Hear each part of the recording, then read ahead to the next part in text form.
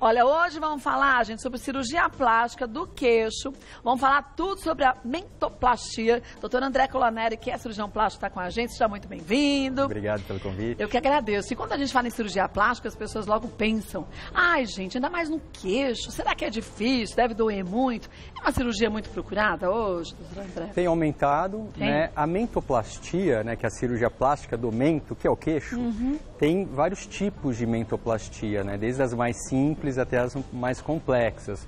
Você pode, primeiro, aumentar, né, o queixo, que é pôr ele um pouco para frente, ou diminuir um pouco, que é bem mais raro do que o aumento, né?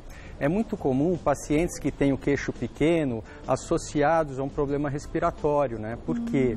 Porque quem tem respirador bucal, quer dizer, o nariz é fechado, tem um desvio de septo e precisa abrir a boca para respirar, cresce com a boca solta, assim, frouxo. É como se ela caísse? Não, mantém sempre a boca aberta para respirar. Sim, para respirar, é verdade. E o que faz a mandíbula crescer é o contato no côndilo, que é a ponta superior da mandíbula. Então, se está frouxo, ele não tem o estímulo da mandíbula inteira da crescer, projeção, né? Exatamente, e o mento é a ponta da mandíbula, então fica para trás. Então muitas vezes é um paciente com nariz com desvio alto, né? Você vê, além de torto, ele é um nariz grande, com base alta, e o queixo para trás, que é o respirador bucal, né? Então, muitas vezes você vê esse paciente que você pode até corrigir o nariz junto com o mento, né?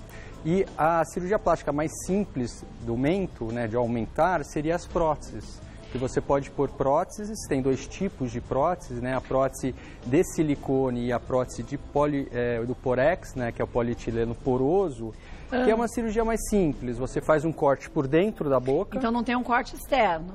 Tem duas técnicas, você pode entrar por dentro da boca ou cortar aqui embaixo também, que também fica pouco perceptível. A maioria faz por dentro, que daí fica uma cicatriz oculta, né? Que é aquela primeira foto. Mas é tão pequenininha a prótese, né? Você tem vários tipos de prótese, você pode pôr a prótese só na frente do queixo ou com um pouquinho de projeção lateral também. Mas essa prótese com uma projeção no queixo e um pouco lateral ajuda a dar o formato também. Que você consegue ter o queixo um pouco mais alargado, né, preenchendo essa região. Lembrar que não é a de mandíbula, né? Existe também prótese para pôr aqui no lateral da mandíbula, e até avanço de mandíbula, mas essa é só aqui, que é né? outra cirurgia. Tá. Né? E ali a gente tem do avanço ósseo. Esse é o avanço ósseo, né? Qual é a vantagem do avanço ósseo? Você tem, além de uma maior projeção do queixo, que você traz ele para frente, você melhora a parte da papada, porque a musculatura, que é o platisma do pescoço, ela insere atrás do queixo. Então, quando você põe uma prótese, você está aumentando tipo o gordinho aqui do queixo, né? Então, você projeta a musculatura, mas você não estica aqui. E muitas vezes, esse paciente que tem o queixo para trás, né, o retrognata, ele tem um papinho, porque começa a ficar assim. E o que dá um ar envelhecido ou de ranzinza, né? Isso.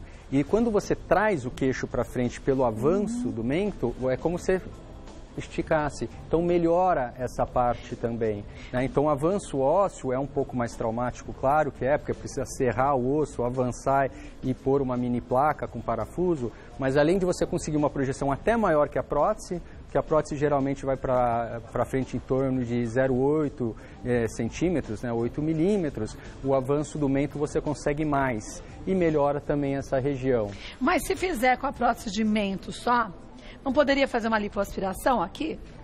Muitas vezes a gente faz associação, já faz a lipoaspiração. A lipoaspiração vai melhorar a gordura, né? Tira e se aquele feito excesso, a lipoaspiração a laser, você consegue ter uma retração de pele um pouco melhor. Você então derrete a gordura, libera calor, e a liberação do calor dá uma retração melhor da pele. Que legal. Né? Então, melhora um pouco. Porque quem tem um pouco de papada, às vezes tem não só gordura, tem um pouco de flacidez. Sim, é né? verdade. Quando você estica, você já melhora a flacidez porque está esticando a pele. Quando você faz a lipo, a laser, você tem uma retração melhor. Mas a prótese, mesmo com a lipo, às vezes ainda mantém um ângulo não tão esticado, não tão agudo. E, não, como eu falei no começo, você não consegue esticar tanto, você tem um limite do tamanho da prótese. Então, quer dizer, não existe uma técnica que seja ideal para todo mundo, dependendo de cada cada caso é um caso. Por isso não dá, gente, pra gente falar assim, fulaninha fez tal, então eu quero fazer o mesmo procedimento, né? É verdade. E a outra vantagem do avanço, que além de você pôr para frente, você pode pôr um pouco para baixo. Então você ganha altura também do queixo, legal. Que muitas vezes o paciente micrognata, quer dizer que tem um queixo pequeno, ele não é só para trás, mas ele é muito curtinho.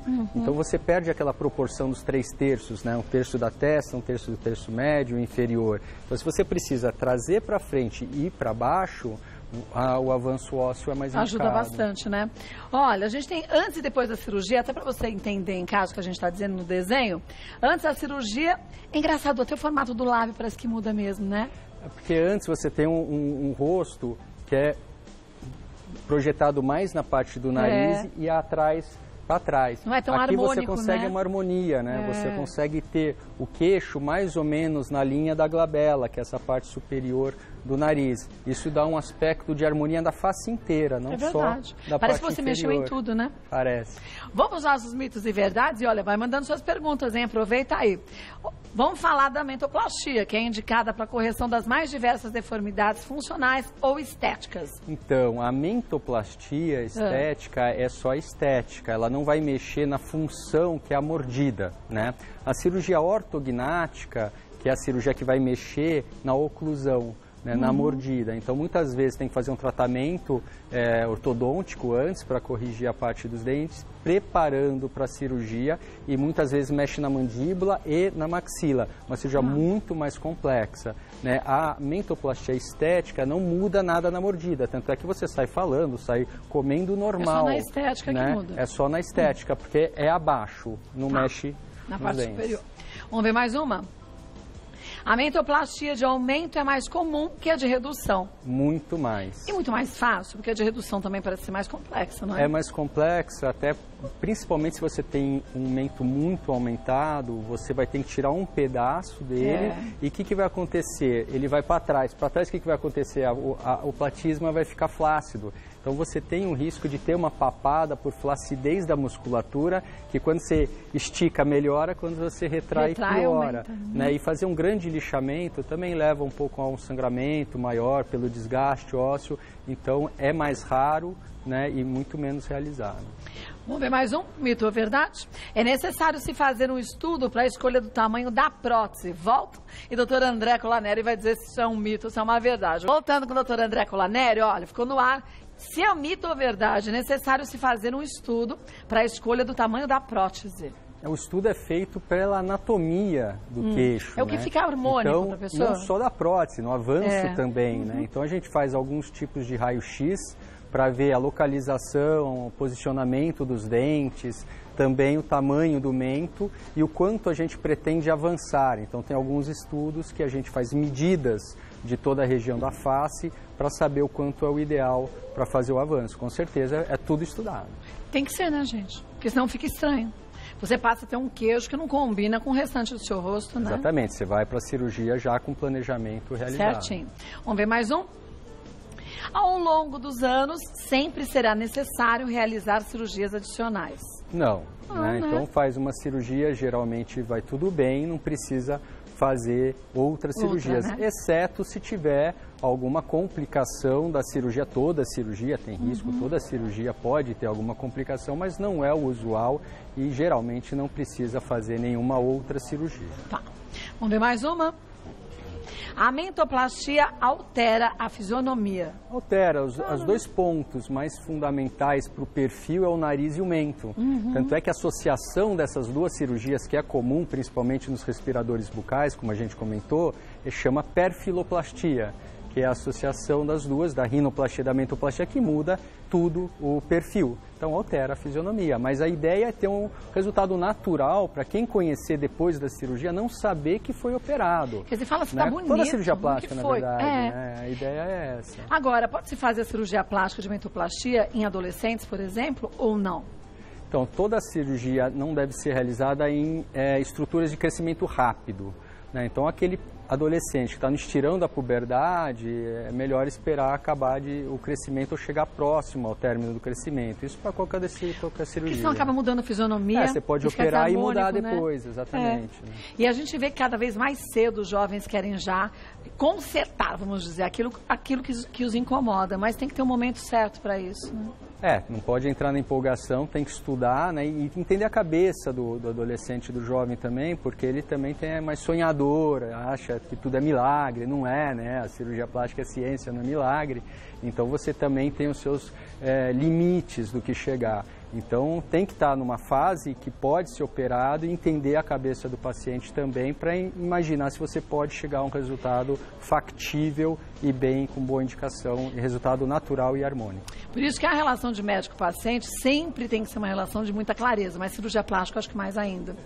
Porque mexe, gente, com aquela ideia do que eu acho que eu vou ficar, que eu consigo fora chegar, a parte né? clínica e médica, que sempre tem que falar para qualquer médico, não esconda nada do médico. Mas a plástica mais ainda. A plástica tem que falar o que você imagina, né? Qual é a sua expectativa, o que você pretende daquela cirurgia. Por quê? Uma paciente que tem uma expectativa totalmente irreal, né? Não vai ficar satisfeita. Vai se frustrar Vai depois, se frustrar, né? Pelo melhor resultado do mundo que verdade. você consiga. O paciente que sabe onde pode chegar e o limite da onde você pode chegar, esse sim vai ficar feliz. Como a cirurgia plástica estética, a ideia é melhorar a qualidade de vida pela melhora da autoimagem, é você estar melhor consigo mesmo, então tem que saber se pode chegar naquilo para ficar feliz, né? Porque senão vai ser um eterno infeliz pela melhor cirurgia do mundo. E é bem isso que a gente não quer que aconteça, exatamente, né? É melhor nem operar. Eu também acho. Vamos ver mais uma. Em muitos casos, a possibilidade de aliar a mentoplastia com a rinoplastia. Exatamente, Verdade, é né? muito comum essa associação, que é a perfiloplastia, e ela harmoniza toda a face, né? Principalmente nesses pacientes que têm histórico de respirar muito mal pelo nariz, geralmente tem um desvio de septo, acorda à noite com boca seca, toma muita água, muitas vezes ronca, né? Então são sinais de que tem um probleminha aí na respiração e que acaba levando ao desenvolvimento assimétrico da face. A recuperação da mentoplastia é rápida? Aí depende da técnica. Mas a próxima cirurgia é muito simples, né? Uma cirurgia com anestesia local e sedação, em torno de 1 hora e alta no mesmo dia. Pode voltar a trabalhar em 2, 3 dias tranquilamente, né? A mentoplastia de avanço, que você já tem que serrar o osso e fazer o avanço aparafusado, né? Você é com anestesia geral, dorme um dia no hospital, mas geralmente em 3 dias o paciente pode voltar ao trabalho de escritório, né? Aquele mais tranquilo. Para fazer exercícios físicos vai demorar 1 mês. Para bater, encostar nesse queixo, pelo menos 2 meses. Mas e a alimentação? Alimentação, evitar de comidas muito quentes, né? Porque você tem um corte dentro da boca para não ter um sangramento, né? E muito dura. Não quer dizer que tem que ficar tomando sopa, não. Mas evita coisas duras, não é comer uma costelinha, né? Um torresminho, né? Não vai comer uma coisa mais mole, mais fácil de mastigar e sempre uma higienização adequada, né? Escovar os dentes com calma, não é aquele, vou lá para... Porque tem um corte dentro, para não abrir o corte e fazer um enxágue bucal depois também, com calma, para limpar sempre e diminuir o risco de abrir pontos e também de infecção. Bom, volto que tem muitas perguntas, a gente já tira as suas dúvidas. Agora, doutor André Colaneri, vamos para as dúvidas sobre mentoplastia? Olha, a Lúcia diz o seguinte: quando se deve optar pela cirurgia ortognática ao invés da mentoplastia? Tenho o queixo pequeno e papada, então gostaria de fazer algum procedimento para melhorar meu rosto. Então, a ortognática, ela está indicada para melhorar a mordida, né? Se tem algum problema de oclusão, né? Então você pode fazer mexendo para melhorar essa parte funcional, né? Agora, se você também, além do mento pequeno, precisa melhorar o ângulo da mandíbula, uma cirurgia ortognática traz a mandíbula inteira para frente, que melhora não só o queixo, mas também o ângulo da mandíbula, né? Então, cada caso é um caso, precisa ser avaliado. Se é só o queixo pequeno, um pouquinho de papada, a mentoplastia pode estar indicada porque é uma cirurgia de um porte menor, uma recuperação mais tranquila. Agora, se ela tem algum problema de mordida, de má oclusão, a ortognática é melhor. Então, Lúcia, conversa com o seu médico, aí ele vai te dizer o que é melhor para você, de acordo com o que você precisa, né? Vamos ver mais um? Neuma, fiz uma mentoplastia de aumento há 2 meses e meio, mas ainda sinto certa sensibilidade, um pouco de dor quando mastigo bastante. Isso é normal? Na mentoplastia é mais incomum. Toda cirurgia pode ter alguma alteração de sensibilidade até a cicatrização completa. Lembrar que nenhuma cirurgia tem um resultado final antes de 6 meses, né? Então, 2 meses, 3 meses, você pode sentir alguma alteração de sensibilidade, tanto quanto ter dor ou menos, né? Principalmente na região do queixo, passar a mão e não sentir direito, porque tem 2 nervinhos aqui que são os mentonianos, que podem ser manipulados e atrapalhar um pouquinho a sensibilidade, né? Agora, quando mastiga, não sei se foi feito uma ortognática, entendeu? Então. Porque se foi mexido na parte de oclusão, é mais comum ter isso até bastante mais tempo, né? Agora, se é só uma prótese ou uma cirurgia de um porte menor do mento, é menos comum. Lógico que cada caso é um caso, precisaria falar com quem a operou, se o pós-operatório está correndo normalmente. E a sensibilidade de cada um, a resistência à dor também, que difere muito de uma pessoa para outra, Muda bastante e até o quanto foi manipulado, né? Cirurgias que são maiores ou precisam uma manipulação maior vão ter recuperações mais lentas, né? Cada um tem seu caso. Tem que ser avaliado. Então, Neumar, conversa com o seu médico, volta nele, viu? Vamos ver mais uma. Antônia, há risco de complicações após a colocação da prótese de silicone? Pode ser necessário trocá-la ao longo prazo? A prótese de silicone é a mais comum, a mais usada, né, há mais tempo. Depois veio a de polietileno poroso, o Porex, né? A vantagem é que é um custo menor, né, uma recuperação bastante rápida. Agora, em alguns casos, que são raros os casos, não é tão frequente, a prótese ela não está grudada no osso, né? A do polietileno poroso ela é aparafusada no osso, por isso que também tem até um custo bem mais alto, né? Não só pelo material, como os parafusos, tudo mais. E esse contato, que não é fixo, pode levar a uma erosão do queixo, né? E a longo prazo, ela perder a projeção. Então pode trocar a prótese ou fazer o avanço ou pôr uma outra prótese, mas isso é a exceção, não é o que costuma acontecer. Assim. Como uma prótese de mama pode ter a contratura de cápsula, né, que o povo chama de rejeição, como qualquer outro implante no corpo, você pode ter alguma reação. Tá? Mas é mais a exceção do que a regra. Por isso que é importante, Antônia, conversar com o teu médico direitinho, tirar as dúvidas, leva tudo anotadinho e pergunta mesmo. Com certeza. E mais do que isso, né? Diga quais são as suas expectativas, mas se toma algum medicamento, se faz uso de droga e tudo mais. Com certeza. E a prótese de silicone do mento é uma prótese maciça, não é uma prótese de gel como a de mama. Então ela não estoura. É durinha, né? Ela não estoura, não precisa ser trocada como a de mama depois de tanto tempo por um desgaste. Ela é maciça, então ela só seria trocada se tivesse alguma absorção óssea ou uma infecção a longo prazo, coisas muito difíceis. Né? Vamos ver mais uma. Última pergunta da Débora. Existe alguma contraindicação sobre pacientes cardíacos realizarem uma mentoplastia junto com a rinoplastia? Pacientes cardíacos têm que ser acompanhados e ver o risco cardíaco com o cardiologista, não para uma cirurgia ou duas, para qualquer cirurgia, uma, né? Então, o problema não é a mentoplastia ou a rinoplastia, é o coração. Então precisa ver até qual é o esforço que esse coração pode ser submetido. Tanto a mentoplastia quanto a rinoplastia não são cirurgias de porte grande que levam a um trabalho excessivo do coração, né? O sangramento é pequeno, né? A recuperação costuma ser mais rápida, né? Mas cada caso é um caso e precisa ser estudado com o cardiologista. Muitas vezes quem tem um problema no coração está acompanhado de hipertensão, né, a pressão alta, algum problema de colesterol, a pressão alta pode sangrar mais, então você precisa entender o paciente como um todo, né, antes de qualquer cirurgia, até para retirar o siso. Agora, bom lembrar, gente, que por isso que antes de uma cirurgia, o médico pede todo aquele check-up de exames, porque às vezes você nem tinha nada, mas de repente, naquele momento, você descobre que você está com algum probleminha de saúde que antes de fazer a cirurgia já se conserta. Exatamente, tudo, a né? vantagem da cirurgia plástica é que você não precisa fazer. É verdade. Então você faz o estudo do paciente e vai para a cirurgia quando está no maior índice de segurança, ou seja, está com a pressão alta, vai resolver a pressão, descobriu que tem um problema na tireoide, vai tratar o problema da tireoide, né? Você não precisa sair correndo para operar, você opera quando estiver na melhor possibilidade e menor risco possível. Ah, mas o risco meu é um pouco maior, não opera. Então, se o risco for um pouco maior do que um alto índice de segurança, melhor não operar. Agora, gente, lembrar, como sempre, cirurgia plástica é um procedimento cirúrgico, tem que ser feito por um médico. Médico esse que, preferencialmente, eu só opero um cirurgião plástico, membro da Sociedade Brasileira de Cirurgia Plástica. E por quê? Porque se um médico já passa a vida toda estudando, um cirurgião plástico, estuda demais, faz residência já em clínica geral. Depois, estuda cirurgia plástica mais muitos anos, passa por depois todos aqueles exames que vão atestar se de fato ele está competente, está pronto para exercer também essa parte da medicina, que é estética, gente, mas que trata da vida da gente. Então não dá para brincar, porque a gente às vezes fala assim, estético, então tudo bem, não tem problema. Não, é a vida, né? A cirurgia plástica é o que tem o menor risco de todas por isso, porque você não tem que sair correndo e operar.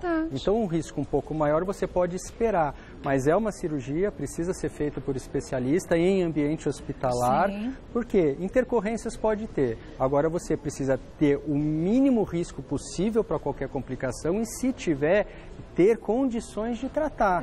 Aí precisa ter um ambiente hospitalar que tem os aparelhos e o médico que sabe lidar com isso, exatamente. Né? Então, olha, não tenha vergonha, foi ao médico, pega o CRM dele, depois entra no site da Sociedade Brasileira de Cirurgia Plástica, só põe o nome e o CRM, e aí você vai saber se ele é membro da sociedade ou não, e você já faz sua cirurgia com tranquilidade. Pós-operatório, gente, de acordo com o indicado pelo médico, porque ele sabe direitinho o que deve ser feito, e a gente nessa hora só obedece, muito melhor. Obrigada mais uma vez sempre, viu?